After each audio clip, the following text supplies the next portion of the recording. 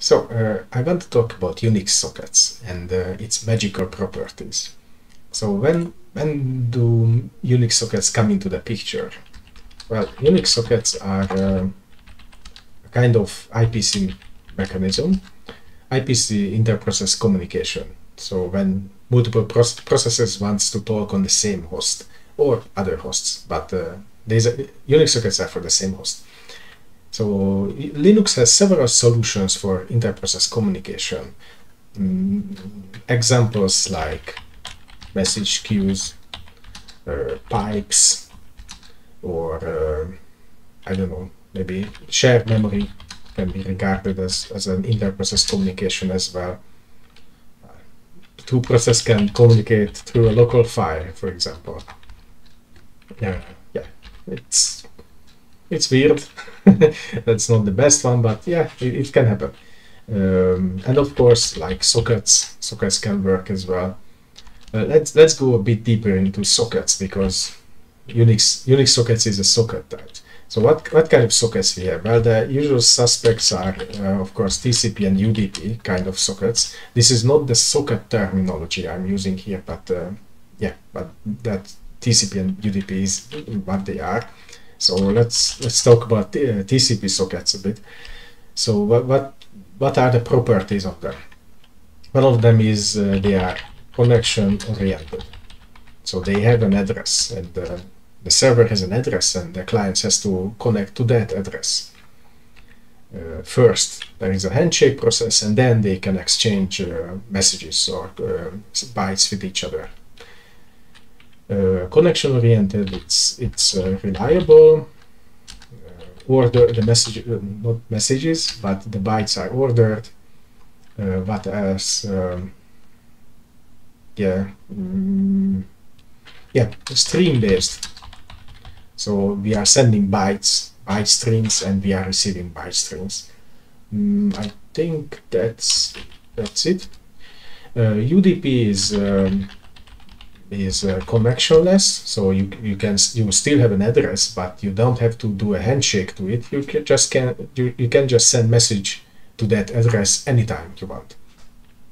So connection, it's message based,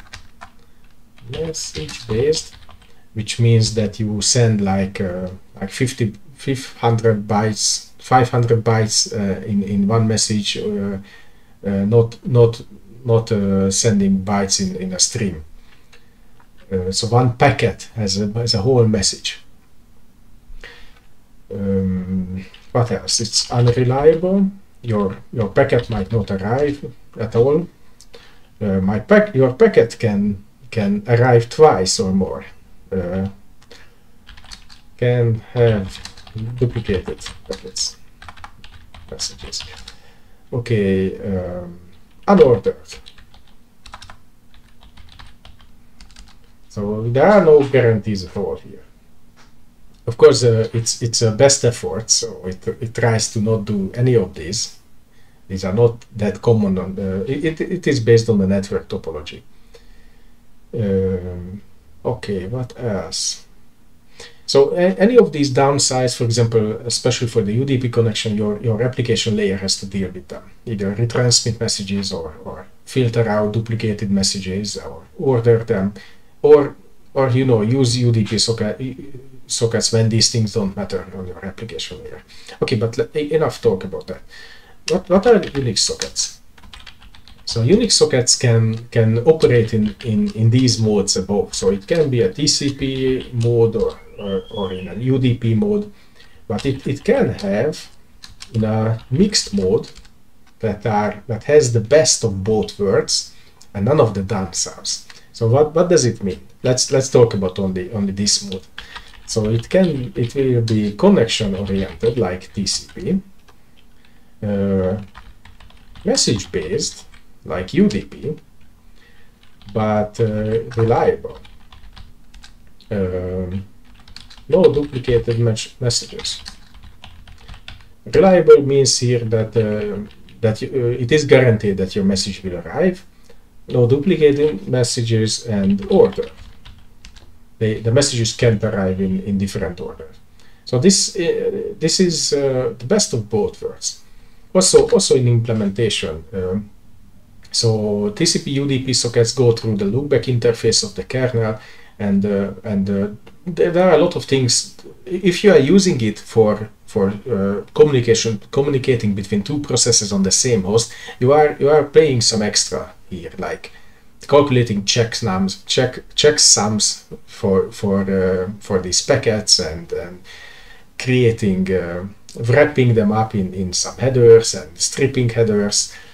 You know, you pay this price. I mean, as far as I know, it does that for you. Maybe the kernel optimizes it away. I doubt that, actually. So Unix sockets can have a much simpler implementation. Yes. Okay. What else can the Unix socket do? What other magical properties it has? One of them is you can pass file descriptors through them. So why is this interesting? What's the deal about this? Well, the good thing about Linux that nearly every interesting object you can have with on the Linux kernel is managed through file descriptors. Like you open a file, you get a file descriptor. You use the read and write system calls, which are the most used system calls on every Unix system. They require a file descriptor. So, for example, pipes, file descriptors, sockets, file descriptors, and Unix sockets allow them to pass from process A to process B a file descriptor.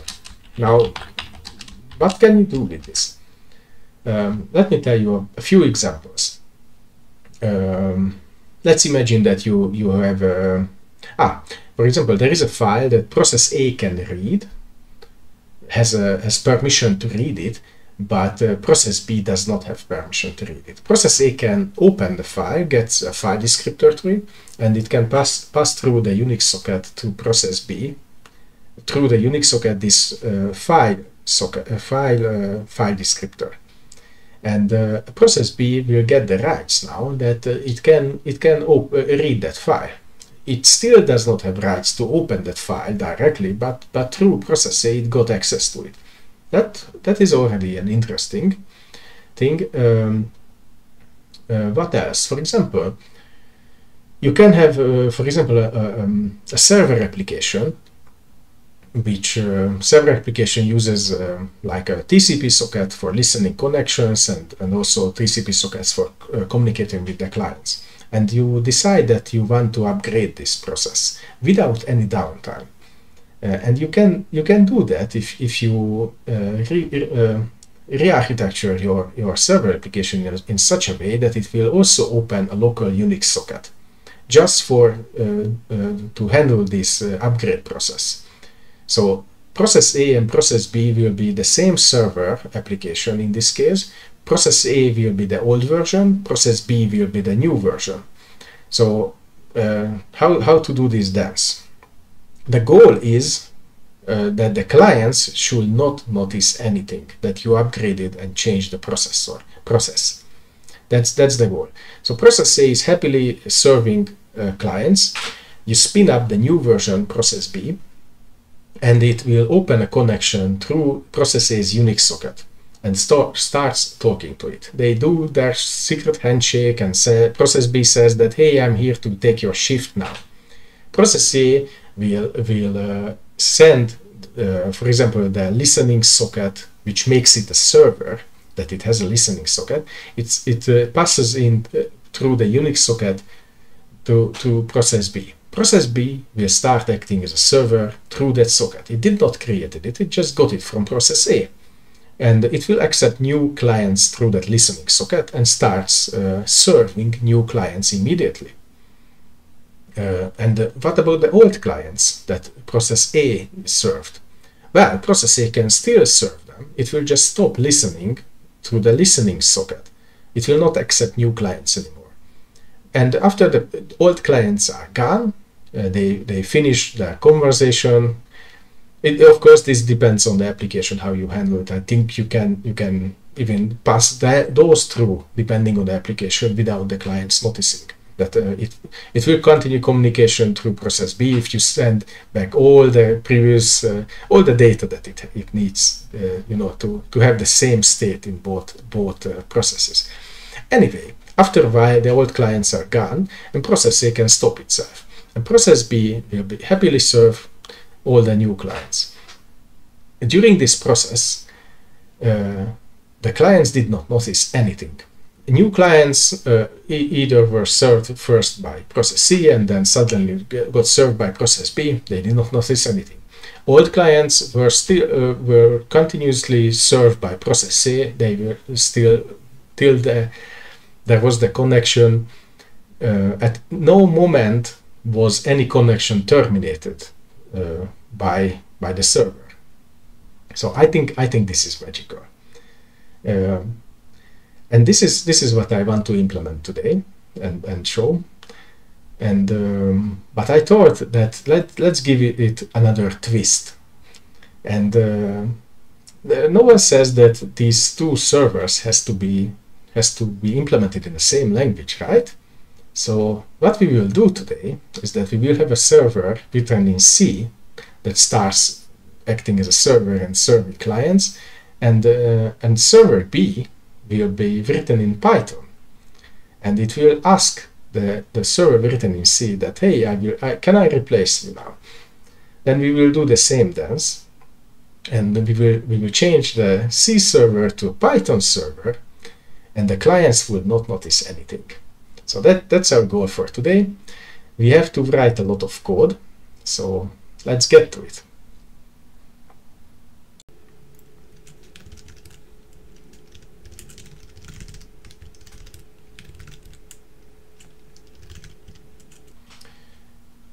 So let's design our clients first. What we want to see, how we want to make it visible through the client's logs, what's happening. So we want multiple clients, of course. Like let's design it in a way that we have n clients, and we will use threads for all of them.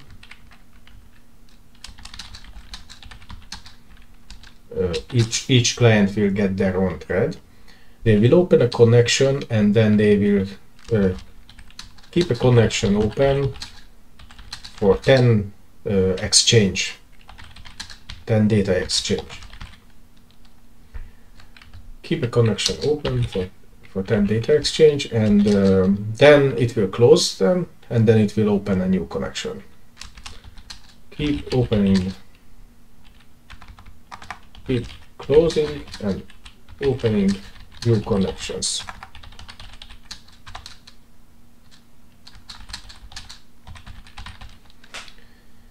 And for example, what kind of logs we want to see? I think we will write out log out the answer from the server. So this is the minimal thing that I think we need to be able to see this whole process. So at one moment we will exchange the one server to another. What we would want to see in those logs, that we will, as we are keeping a connection open for 10 data exchange, and sleep 1 second between them. So we will, as humans, will be able to notice it. So what we will see, we have like, let's say 10 clients, always constantly 10 clients. They are running in different threads. We will start them with a little delay, so they are spread out in time, and each of them will constantly talk to the server for 10 seconds, because we will exchange 10 data, 10 messages, and we will log out what the server says. And the server will say that I am a C server or Python server. So we will see in the logs who they are talking to.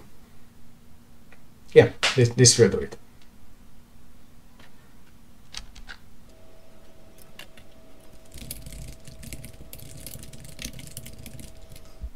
We will use syslog to get these logs because we are using multiple threads, and I think that's the simplest to get these.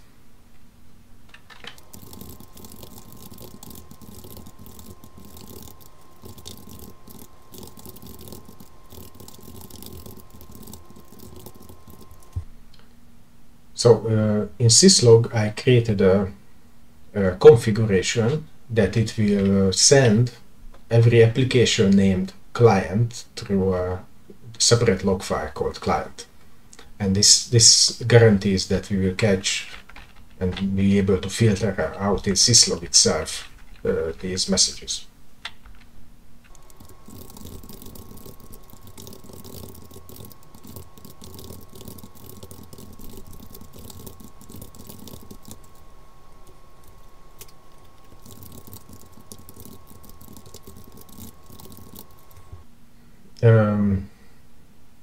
We want to properly stop the client process that handles the clients. So we want to catch two signals here, the sigterm and sigint. And we want to properly wait in the threads and properly join them in the main process. So our main process will just spin them up, and we'll wait for these signals to arrive.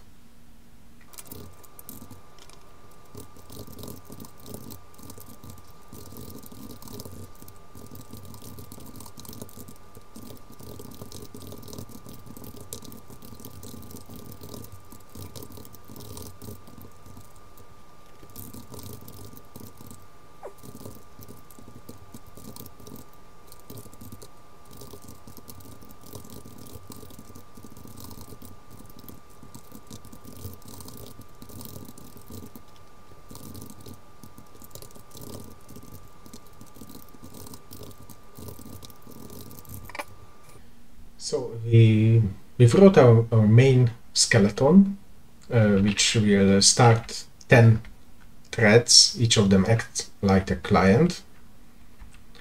And we also wrote a proper shutdown mechanism. So when we get either sigint or sigterm signals, of course I made this mistake, we will turn this flag stopping to true. And in the client threads, we will watch this flag as well, and they will stop themselves if that flag is turned to true. And then we will also exit from the main thread out of this loop and join all the threads and make a proper exit. Let's try now to the clients.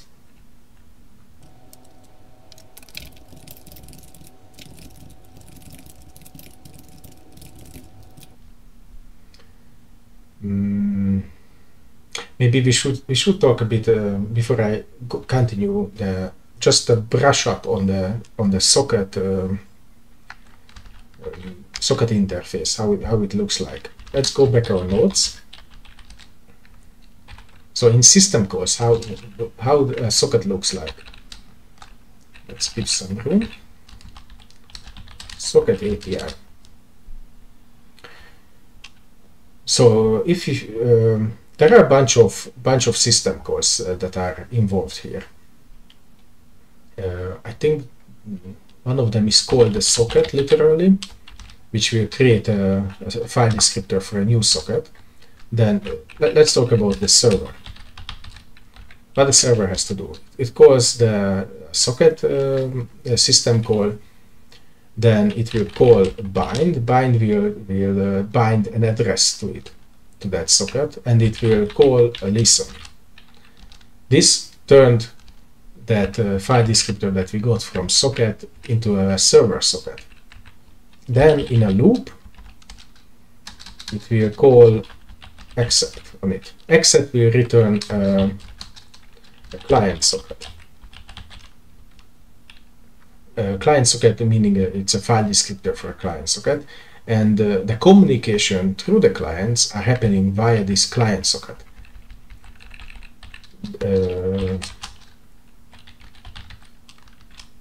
This socket is there only for accept calls, for accepting new clients. So what does a client do? A client will can call, for example, connect. So a client will call socket to create its own socket, and it will call connect to connect to the address of the server socket, and then it will be able to start communicating to it. The communication can go could go through the write and read system calls, but also there are various forms of receive and send, and also we will use send message. Yeah, I think all lowercase, and receive message. And of course, after the end of everything, we will call close. So this is just a brush up on the socket API.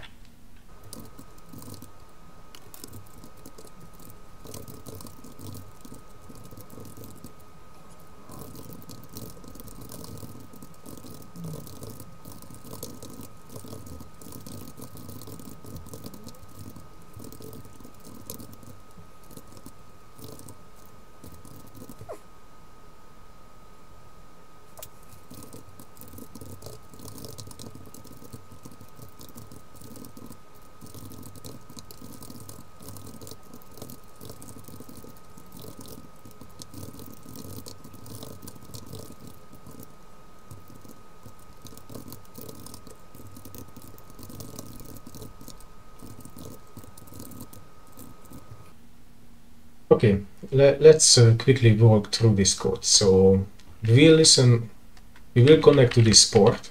We will use this in all applications. We added logging to various places by making sure that all the threads are, as a clients, will have a number which we pass in during the creation, and then during every logging they will write out their own number. So that will go from 0 to 9. Then we added the original delay in all the clients, so they are spread out in time, and they will make 10 connections, 10 communications through those through the opened sockets, while making a sleep between them, 1 second sleep between all of them. So we as humans can notice it. And yes, it will just send ping over the socket and will write out whatever it receives.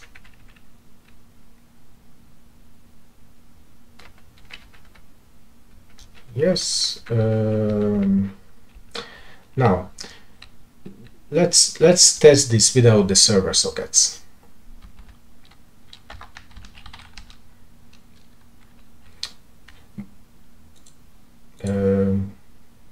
One way to test them is via an ncat. So let's start ncat with this command on this port in listening mode. So it's server, keep open, and it will just it will be an echo server. So we will send ping new line, and we expect anything with the new lines, and we will print it out from the clients. So let's start the server, and let's see whether we made any typo in the Python code.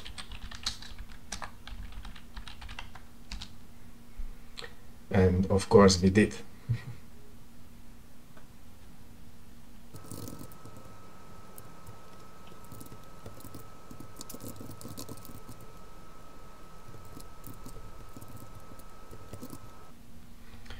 Let's check out, while we are running the clients, let's check out syslog. But first we should start it, and because we never started it. This is just a VM, it doesn't have syslog running by default.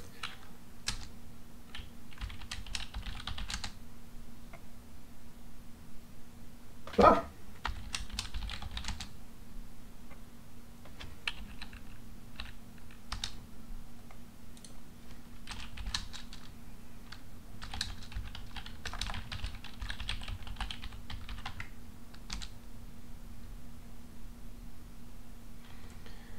Okay, the client works. So let's let's take a look at the logs as it is running. Maybe let's stop it. So we see these opening new connections. This is, for example, here client 4. Based on the delays, we expect that 1 second later client 4 will send its first message, and 1 second later a second message, and we can see this from these logs. So client 4, after it opened a new connection, sent a ping and got a ping back. 1 second later it also sent a ping and got a ping back. Due to that, we spread these clients out in time by delaying their start. These new connections arrive in a spread out in time, and this is exactly what we want. We don't want all connections to arrive at the very same time, so we will see better logs this way. Okay, that covers our clients. Let's move on to the servers now. But before we do that, let's quickly fix something in the client code which I did not like much. So I want to keep it as simple as possible. Yeah. So let's get back to it.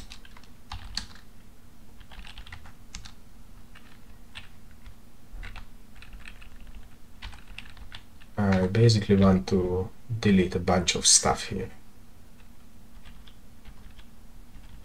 Let's just assume that everything goes well, and whatever answer we get back is correct.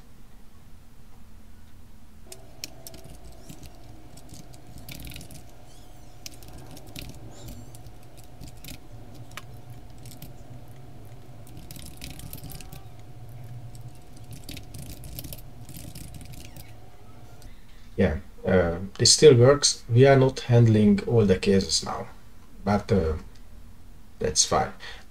Python in the receive function actually handles signals, so if it gets interrupted due to the signal, it will retry it, so that part we don't have to deal with.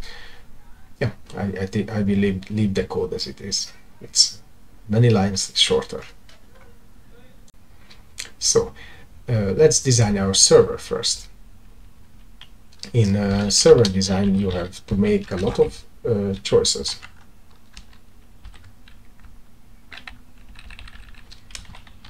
Server design. So first decisions: do you want to use multiple processors or multiple threads, or combine both of them? I'm listing the toolbox we have. There is also I/O multiplexing. What this means is that there are various ways how the kernel can help you to listen to multiple file descriptors at the same time. And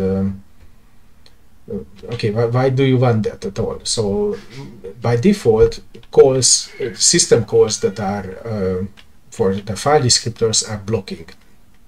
So for example, you want to read from a socket, then it will block.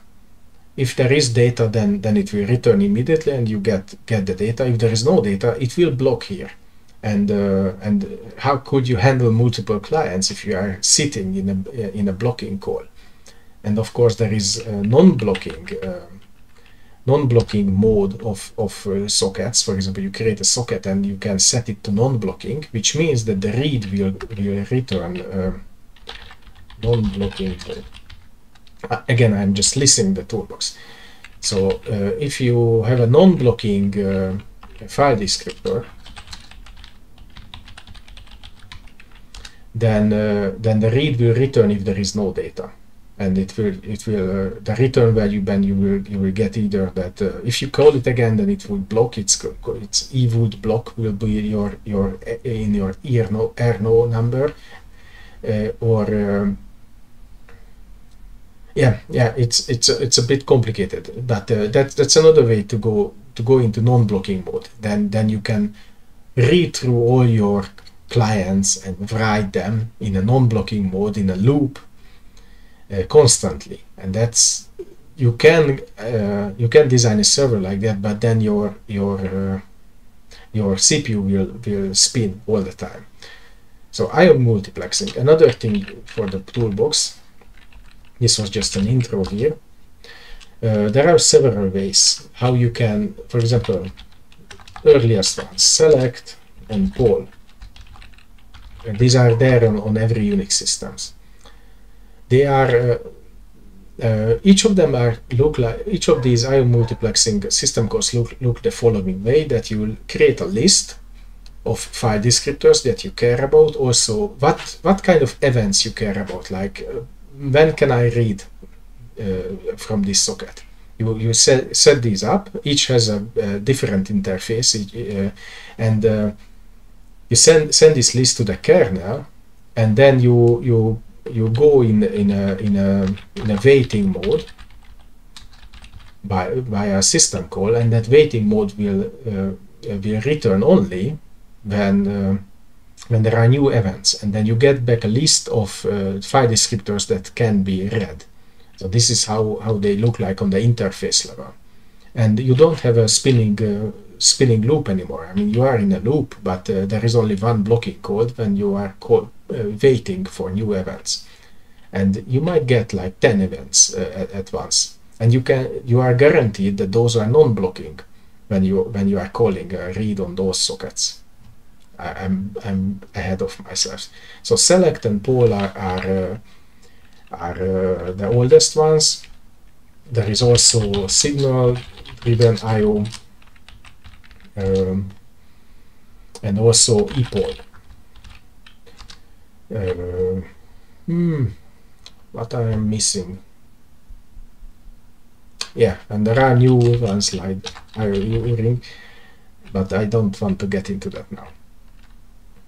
We will use Epoll. Epoll is a Linux specific IO multiplexing system call group. Epoll fixes some of the downsides of select and poll. It is much faster when you are listening for a lot of file descriptors, like more than 10. It is faster than select and poll, and what else? Yeah, I like the interface a lot more. So for example, with select, I think you have to keep track of all the file descriptors yourself. So with Epoll, you can actually outsource it to the kernel. You don't even have to keep track of the client sockets yourself, because you get it back from the kernel when you can read from them. But you will see this more in code, what I mean. Let's quickly look at the okay, that's not what I wanted to show. Search for Epoll, and you will see all the Epoll related system calls, like we create an Epoll create. With Epoll control, we can add new things to listen and remove things from listening from that list of interesting file descriptors. So you send this list to the kernel, and you can add or remove things from that list. And wait and pwait are almost the same, and this is how you will wait in a loop for new events. That's on a high level, and let's get to the code now.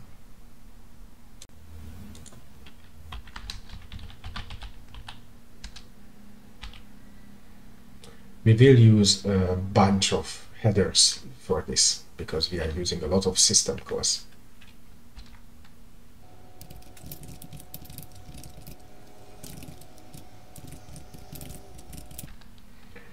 We will ignore sick pipe. That just makes our life a bit easier. We will handle these errors differently. You can get a SIG pipe error when, for example, you are trying to write to a closed connection, we are a server, so the client may, for example, call the shutdown on their side of the connection. We can still read from those connections, get the last bytes that the client sent, but we should not write to it. If we write to it, we get a SIG pipe error. And we will handle these kind of errors differently.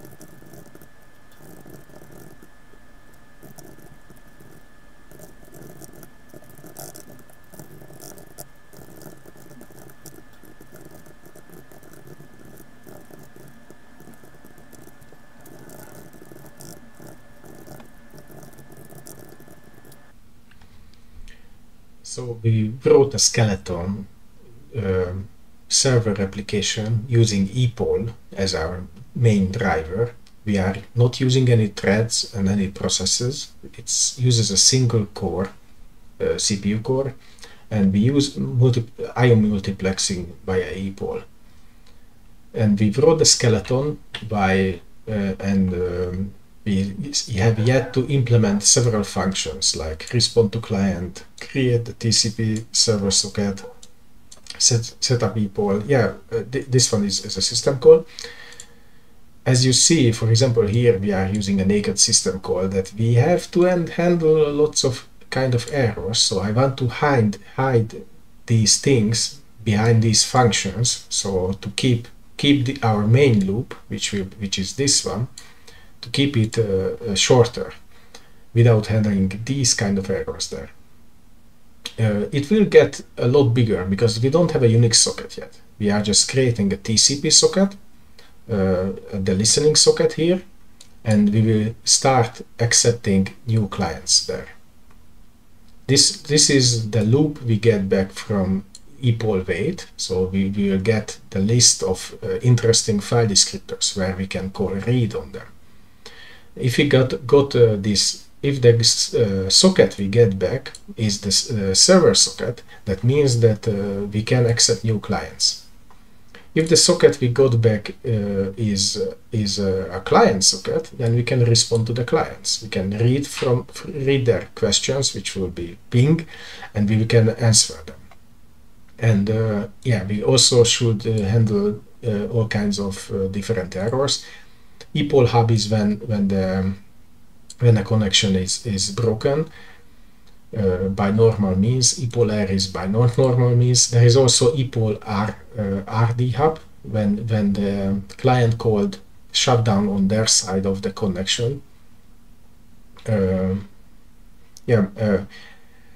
want to point out that even though I'm handling a lot of errors here, I'm not handling all of them. And don't copy paste this code anywhere. I mean, designing a server takes a lot of time, and I'm cutting corners wherever I can, just to be able to show the main message, to get the main message through about Unix sockets. And this is not even yet about Unix sockets. Okay, let's flesh out the functions I wrote.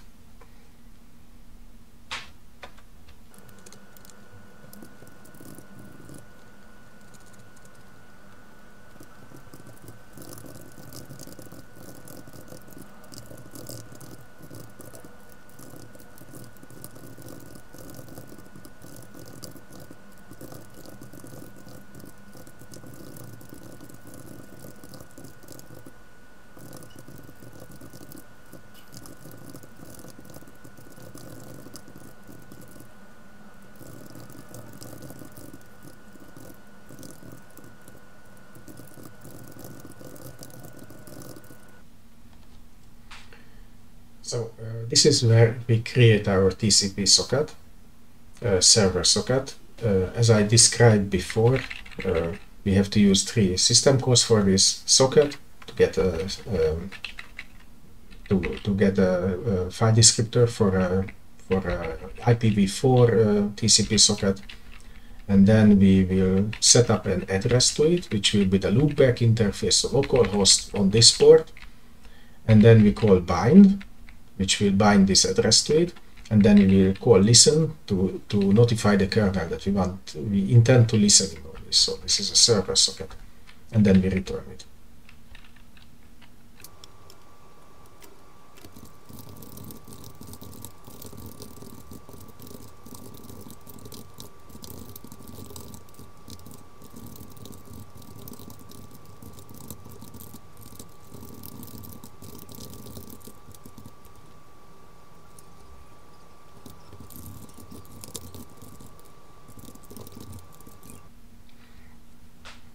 These 2 functions we wrote are for Epoll, to make it shorter when we are actually calling these functionalities, is to adding a file descriptor to Epoll and removing file descriptor from Epoll. The interesting thing is that we are listening to these kind of events called Epoll in, which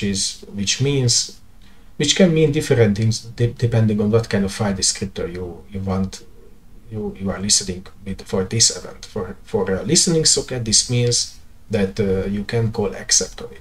For a client socket, this means that you can read from the client socket. So depending on the file descriptor type, this can mean different things.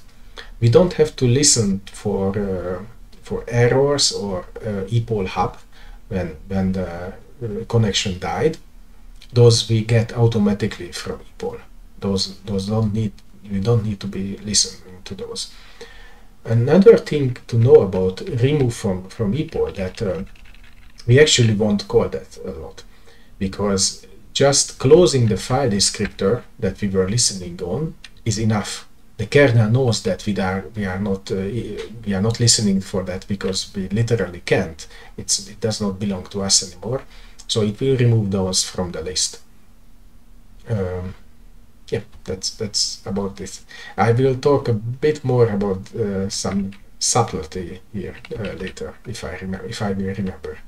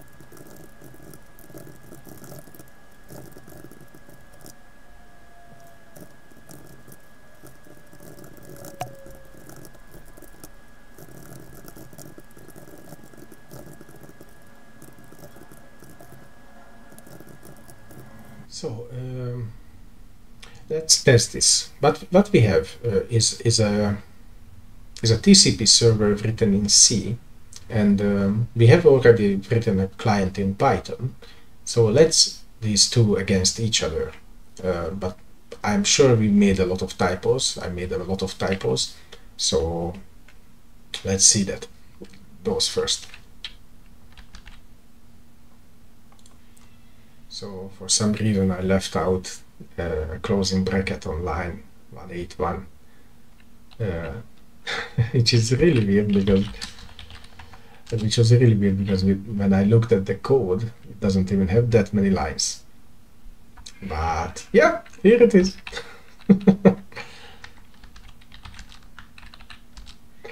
It built. Okay, let's test it against the Python client. So again, we will start looking at the syslog. output. So this was our last test, and the client exited. So first we will call server. Now we have a listening socket. And then now we will start our clients. And let's hope for the best.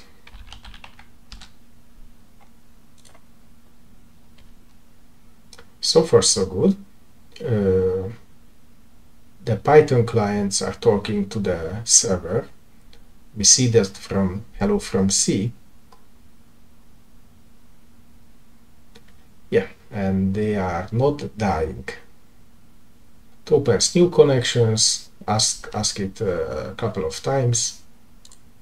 We see no exceptions here. And I turn on debugging for Epoll.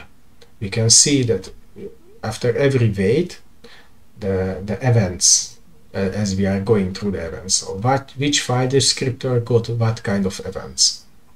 We got Epoll in, which means that the client sends something to us. Let's see what happens when we close the clients. So we send that signal to it. So all the threads are stopping correctly. Yeah, nothing here in the logs. And this one stopped receiving new events. We don't close this server nicely, just sending this signal to it. That's fine for this quick test now. Okay, so our TCP server works. We have yet to add the Unix server to it. But before we do that, let's quickly do the same steps in Python, which will be a lot less code than what we had in C. Okay. Let's open server.py.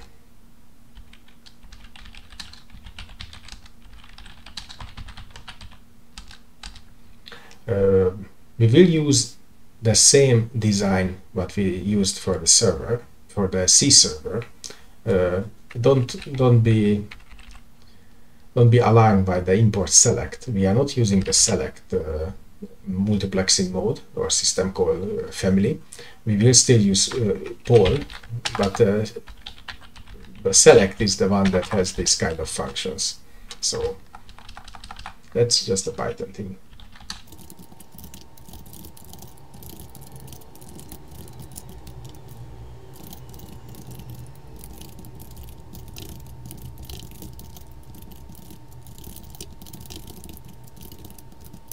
Even from this line, you can see that Python very closely matches in interface what the Linux kernel provides, so the Linux API. You can see that later in all the functions we use. Epoll interface. Yeah.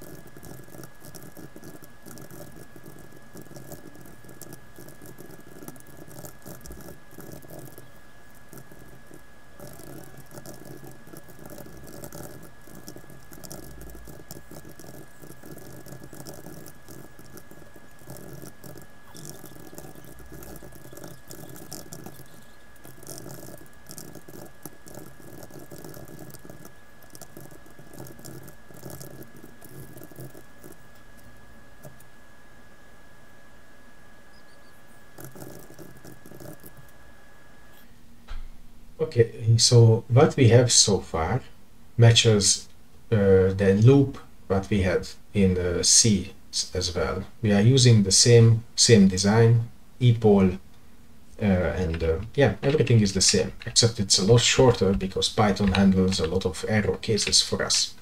But on the interface level, we can see that Python does not do a lot of, does not hide what Linux provides. You have the same flags, for example. Now there is a Python thing hidden here, which is yeah, I'm hesitating to talk about it or not. is that basically so Python has the socket object and the internally it has the socket file descriptor. And when a socket goes out of scope, then Python would automatically close the inner file descriptor, which is clearly not something we want. Epoll does not take a socket. So when we let's make it slower. So Epoll register is the one when we send the kernel that please listen to this file descriptor. We send in the socket in this interface. This is a Python interface, but it will strip out all the Python object, and we'll just send the file descriptor to it. And we will have no reference anymore to that socket. So this code is the equivalent of the C code, but it has a bug. Because as we don't keep a reference to the C sock, it will be closed. Okay, so to solve this in Python is that we have to keep a reference in some object there and use the socket object that we kept from there. So how we will achieve this is that we will have a dictionary that will be, just a moment, we will have a dictionary that is, the keys will be the file descriptor, which we get back from Epoll, as we can see like here. So from Epoll, it looks like the kernel interface. We get back a file descriptor, not a socket object, because of course the kernel doesn't know anything about Python. So we will have a dictionary, keys are file descriptors, and the values will be the sockets. We keep them in memory, and that's what we will use after Epoll returns. So let's make those modifications to the code now.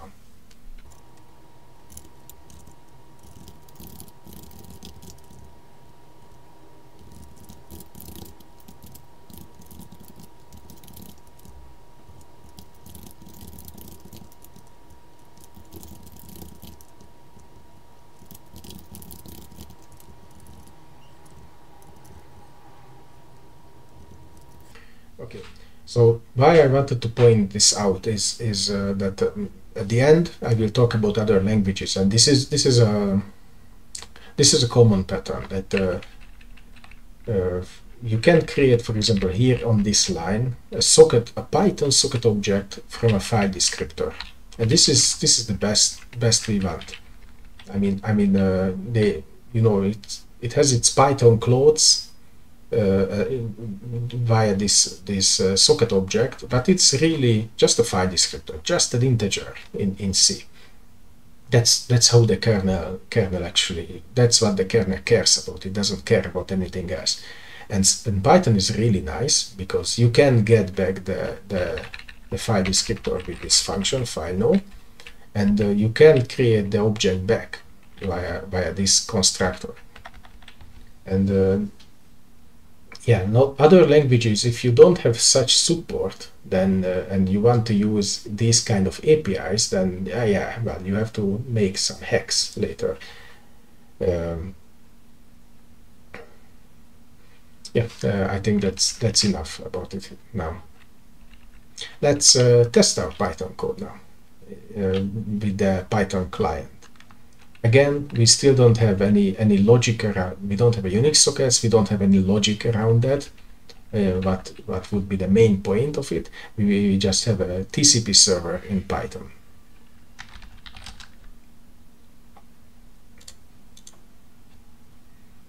We are still listening to the syslog. This is our client. And let's start our Python as well.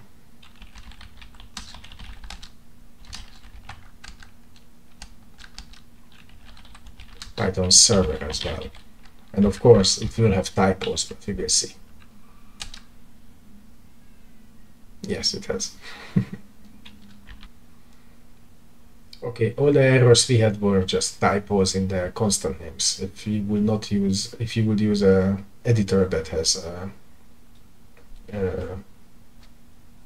that can fill out those the good names for you, then you will not get these errors. And of course I have a typo here as well, hell or. I will fix that because it bothers me a lot. But apart from that, the code works. So we have the same C server and same Python server.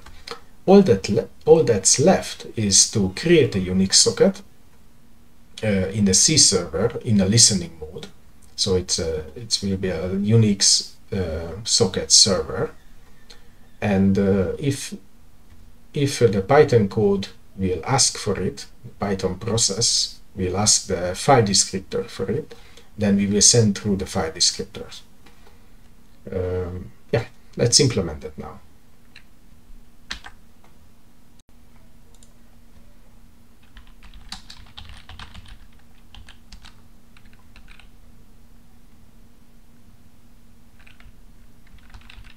So here is the code where we created our TCP server socket, and we have to do the same thing, nearly the same thing for a Unix server socket.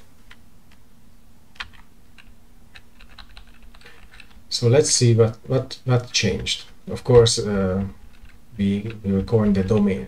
I think this is the domain of Unix. This means that we want the TCP and UDP thing together that I talked about in the beginning. This type is specific to the Unix sockets. Our address will be a local file in the folder which will be called Unix Sock. There is this thing about there are other ways to call a Unix socket. So this uses a local file. There are three main ways. One is about a non-named Unix socket, unnamed. Maybe that's not the right term.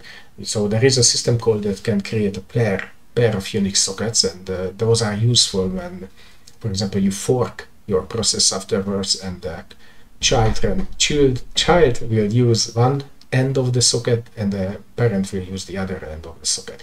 Those don't have names. These are not files in the system.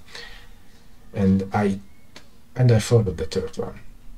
Anyway, we will use the most basic one, and that has a thing that it will left over that file after your process exits. So on the first line, we immediately start deleting that file if it's a leftover from the previous run. This is a Unix socket thing. Apart from that, this is the same code as it was for the TCP socket. So socket, bind, listen. Now we will write a function that is about sending a file descriptor through a Unix socket. Now this is a bit edge case. So basically what I did, maybe let's close this. What I did was, so I looked at the sendmsg page for this sendmsg system calls page, and here you can this is what we will use to send the file descriptor through it, but it hasn't have the description of how to do that. Just only a hint of where to go next, and that is called this. I will add this to the below the video later, or to the readme file. And here I don't want to get deep into this. This is very C specific thing, although Python exposes this directly in Python code. But yeah, here we can see an example code how to send an array of file descriptors through a Unix socket. And the main thing to take away is that it is an ancillary data next to a message. So you will still have some message, which will be a single byte just to make a call, to write something, but the most of the stuff will be an ancillary data. This is how it is implemented, and the rest of the dance is about setting up those ancillary data in C. Yeah, this is also super nice. If you see that this is a union just to get a proper alignment. I really like that, but let's move back to the code.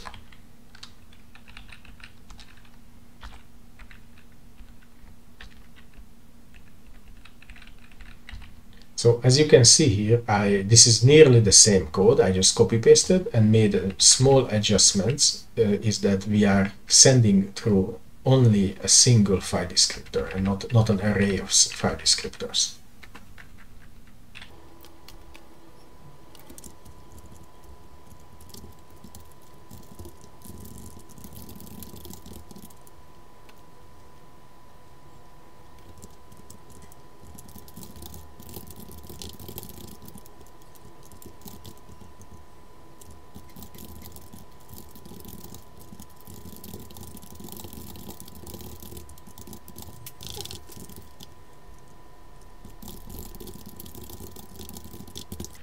Now here we can see that we will properly exit of this loop now, which we didn't before. We had the support to a few things. So in order to properly stop this process, we have to now take account of how many real clients we have, and as they are going away, if we are in a closing state and the clients are gone, then we will exit this loop. And we will only support a single Unix client. This is a simplification for our code now. We will not let multiple server processes take our server socket. Basically, that's the idea behind it.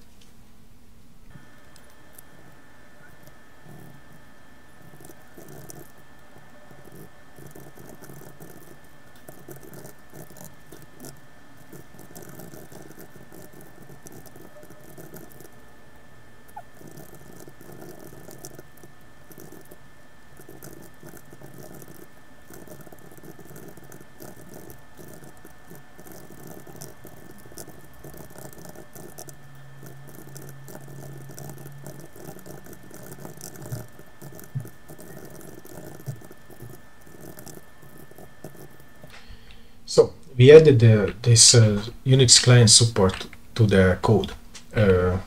Again, we now have two kind of server sockets. One of them is the existing TCP socket. The other one is the Unix server socket, which is new, and it supports only a single client. We save that single client's number to this variable and add it to the Epoll. Now, here is the meat. When the event relates to the client that it pinged us, we don't check any kind of secret handshake. Just there was a connection and they pinged us. Then we will send the file descriptor of the TCP listening socket. This is the meat. This line is the meat of the whole code base. Then we will set ourselves in a closing mode.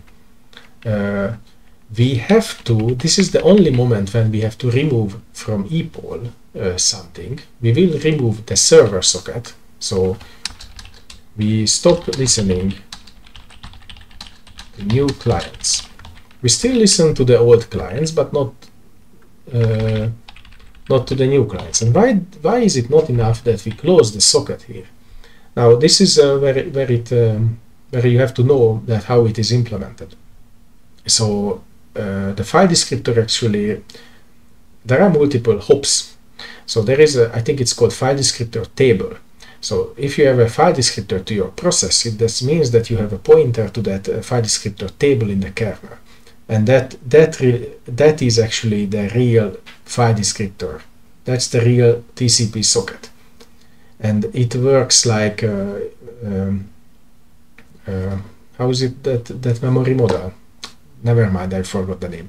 So if you are if you don't have more pointers to that file descriptor anymore in that kernel table, then it will be really closed. But now we moved our socket to another process, so it has two pointers, and just by closing our pointer to it does not make it really closed. So far we could get away with just closing. Now we have to remove from Epoll. Okay, let's assume we don't do that. We closed this socket ourselves, but in the kernel it's not closed. So Epoll will still return this socket to us, and we will get into some kind of error state when it's this socket, because our process can't lost that file descriptor access anymore. It's still in the kernel and in the other process, but not ours. So actually we would get to this part and we could check for errors here, and that would also work. But it's better to remove it, that our process does not care about that file descriptor anymore. So takeaway, there are multiple layers, and you have to know how many references you have. Reference counting, that's the word I was looking for. So the file descriptor says reference counting in the kernel. Okay, let's hope this works and I did not make a lot of typos. Let's write the Python code. No, let's test this first, whether it can still act like a TCP server, because it's fine. We don't use anything bought from the Unix server socket, so we can test it as it is without the Python code. And if it works, then we will move on to the Python code, and that will be all the coding for today.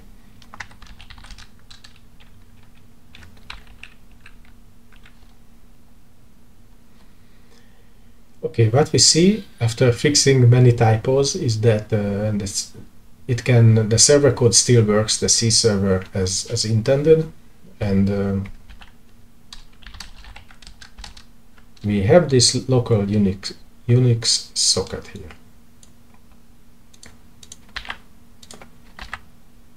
Okay, let's move on to the Python server code now.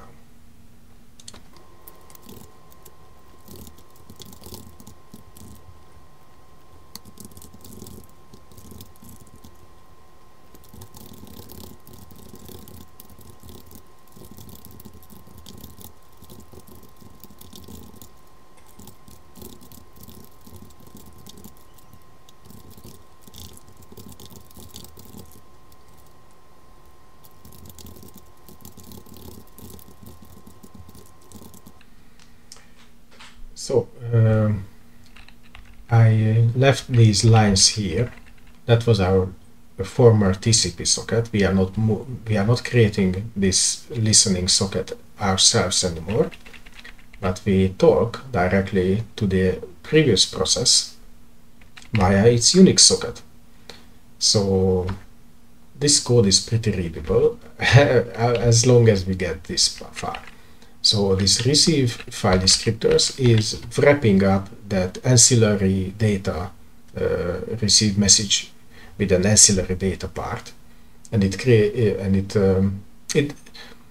Python hides everything from us really nicely. It returns all the data we could use. It returns a 4 tuple, and the second element of that is an array of file descriptors we got.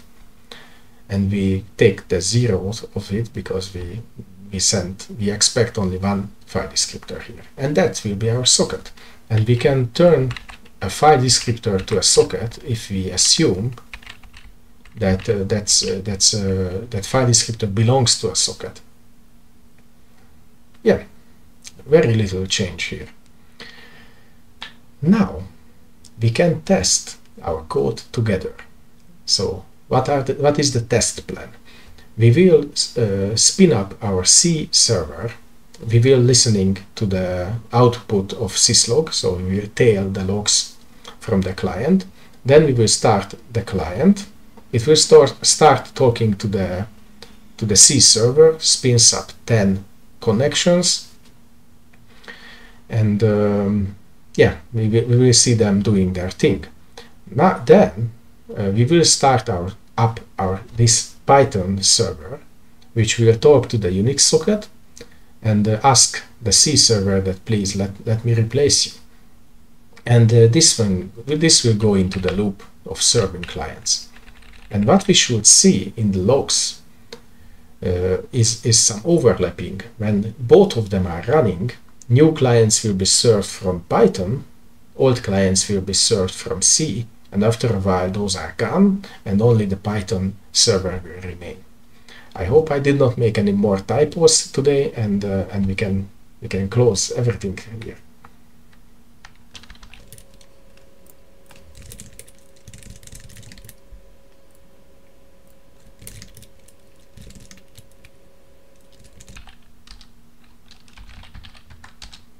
So we started our server.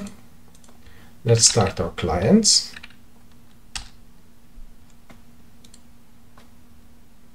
We can see that we started the clients and they are getting answer from the C server.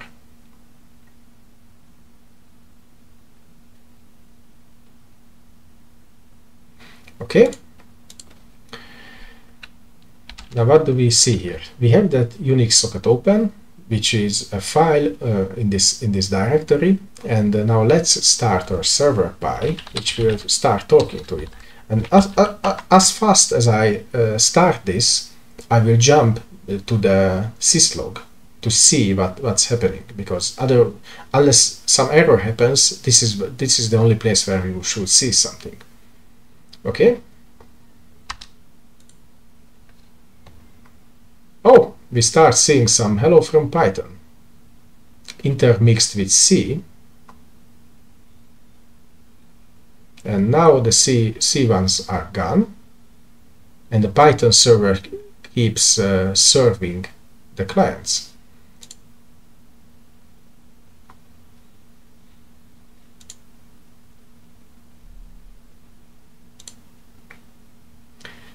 We see that our C code stopped serving everyone because but it did not exit it.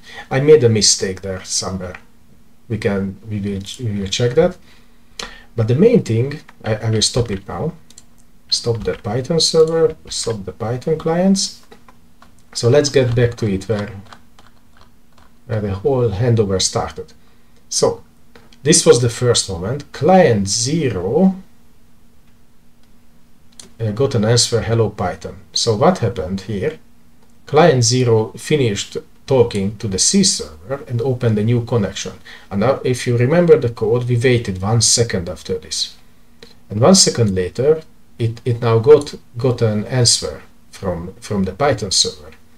Client 1 starts a connection, so 1 second later, we should see for client 1 an answer from Python. And client 0 started second communication with the Python server. And go on. Client 2 opened a new connection, client 2 got an answer from Python. And so on. Which one is the last one? Client 9 is the last one, and we can see that after this, it's the last one because it opened a new connection that went to the Python server. So from the client's perspective, this dance we did, replacing a C server with a Python server, worked perfectly.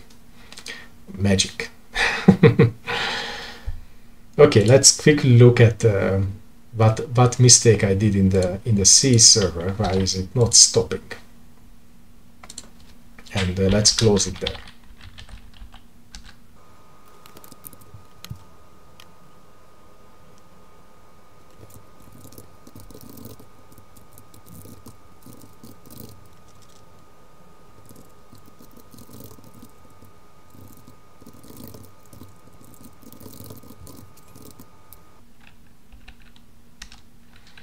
So the mistake I made was that I was not decreasing the number of clients every time when we actually closed the communication with those clients.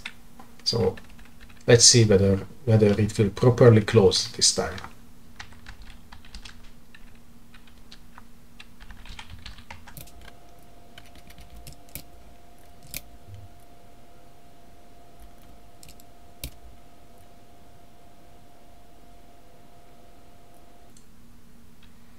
Yes, and we can see that it properly exited.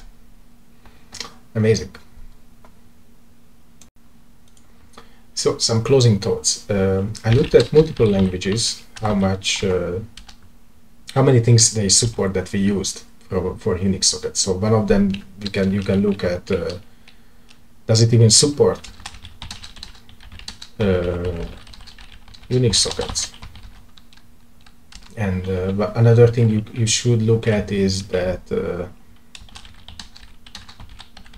does it support full feature set of Unix sockets?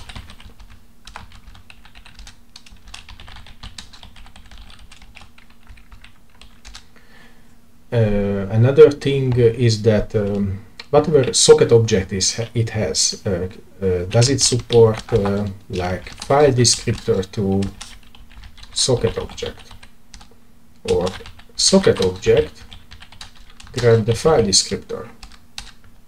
These are two different operations. What else? Yeah, the main thing.